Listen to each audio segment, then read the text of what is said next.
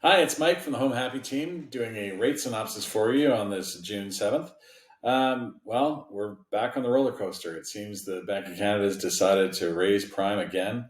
It's now going to be up at 6.95. The overnight rate going from 4.5 to 4.75, which is all convoluted and confusing, but nonetheless, that's what's happening. So the reason behind this they're using is that we've had, obviously, if you look on the screen, consumer price index, that's the inflation rate, is up at 4.4%. It hasn't come down as much as they wanted. The unemployment rate is strong at 5%. That's a very low number. Means almost everybody's working. And the GDP has gone up over the first quarter of the year. So what it really means is the economy is acting too strong. And because of that, they feel that they have to make a change to slow down the economy.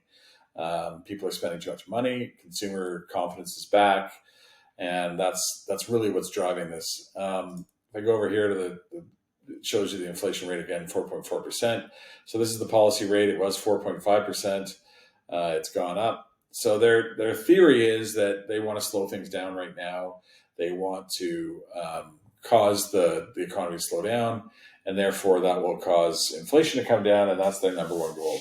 They do not want to be seen as leaving inflation in place above 2%. So what does it mean for us? Well, we're all going to pay some more interest if we're on a variable rate.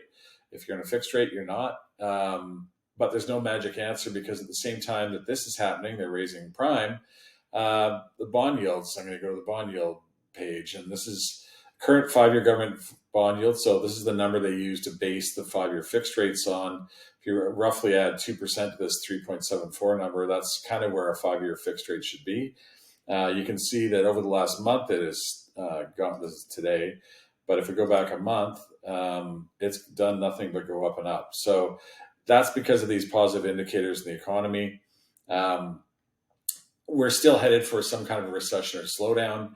I think the actual good news is that because the Bank of Canada has raised prime this time and potentially could raise it again, although they'll probably wait till September. There's a meeting in July, but they'll probably wait till September to see if they raise it one more time based on what economic news we have over the summer. Maybe that's going to cause this slowdown to happen faster, and that could potentially help all of us that are in variable rate mortgages to see prime start to come down again. It's basically acting as a drag on the economy, and they're trying to slow the economy down because of that. That's really what we're doing. So that, in a nutshell, we'll just cut over here to what the CIBC economists were saying.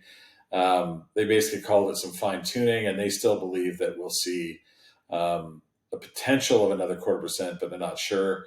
But maybe what this means is that rather than waiting until June of next year or midway through next year to see prime come down again, we might see it earlier in the year because of this action. So it's not great news, but it's not terrible news. So in the end of all this, everybody has an individual situation. Nobody is cookie cutter.